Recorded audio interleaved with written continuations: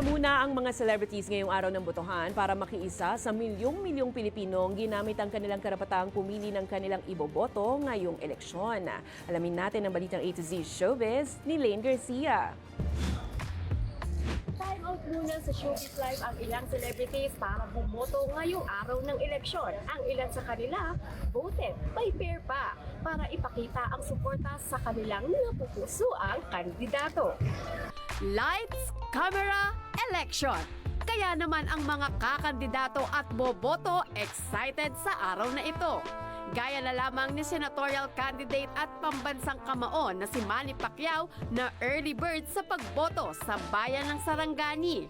Maaga rin dumating sa Porac Elementary School ang action star na kumakandidato muli sa pagkasenador na si Lito Lapid. Habang all-star ang Revilla family na sabay-sabay bumoto sa Bacoor, Cavite sa pangunguna ni senatorial aspirant Bong Revilla, Agimat Party List First Nominee Brian Revilla, Congresswoman Lani Mercado at Vice Governor aspirant Ram Revilla.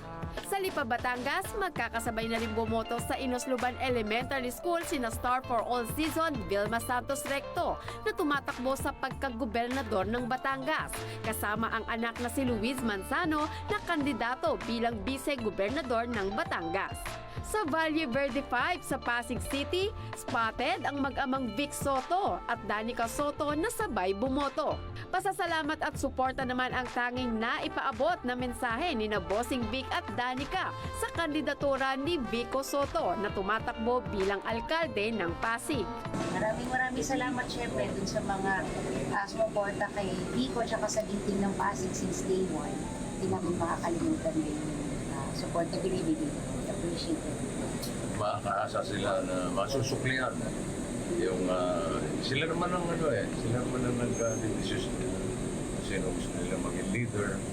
So, yung mga benepisyo, tinatamasa na ng kababayan dito sa Pasig. Tuloy-tuloy lang yun, dire-diretso. Samantala, mag-aalas 4 ng hapon nang dumating sa presinto ng Valle Verde 5 si Mayor Vico Soto para bumoto. Ang pagboto, yan po ay isang tungkulin natin sa ating bayan, sa ating lipunan. Sana siniseryoso po natin ito. Pumipili tayo ng naayon sa ating konsensya. Pinabulaanan rin ni Vico ang issue tungkol sa kanyang disqualification case na inihain umano ni Pasig City mayoral candidate Sara Diskaya. Anya, paraan lamang ito ng kalaban para maialis siya sa pwesto. Anong disqualification case? Wala pa naman kaming natanggap. Pero ano naman yan eh. Alam niyo naman po na yung kalaban namin talagang gagawin ng lahat. Lahat ng kalokohan, lahat ng distraction, subukan nila na gawin. Kaya kami, dire-diretso lang. Hindi na para intindihin lahat ng kalokohan nila. Kung papansinin ko lahat ng kalokohan na ginagawa nila, walang mangyayari sa buhay ko, di ba?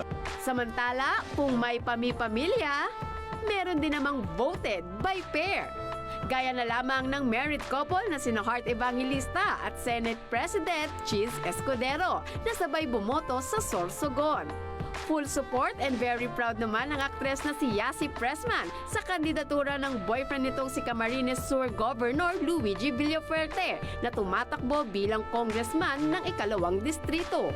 Habang kasama rin bumoto ni Manila Mayoral candidate Sam Versosa ang kanyang partner na si Rian Ramos. Ilang celebrities naman ang nag-share post ng kani-kanilang pagboto sa social media. Gaya ng beauty queen at tumatakbong konsehal ng 1st District ng Pasig na si Shamsi Supsupli. Senatorial candidate Kiko Pangilinan at asawang si megastar Sharon Cuneta. By pair rin ang voting ng mag-asawang Ogie Alcacid at Regine Velasquez Alcacid. Ikinalungkot naman ng singer na si Khalil Ramos ang kanyang pagboto matapos ma-vote invalidated ang kanyang boto. Sa Instagram, nagpaalala si Khalil na maging maingat sa pag-shade ng mga boto dahil maaari itong ma-invalidate dahil sa overvoting. Tandaan, maging wais po tayo sa pagboto tuwing eleksyon at maingat na piliin ang mga kandidato na ihahalal natin para sa magandang kinabukasan ng ating bayan. Para sa Balitang A to Z, Lane Garcia.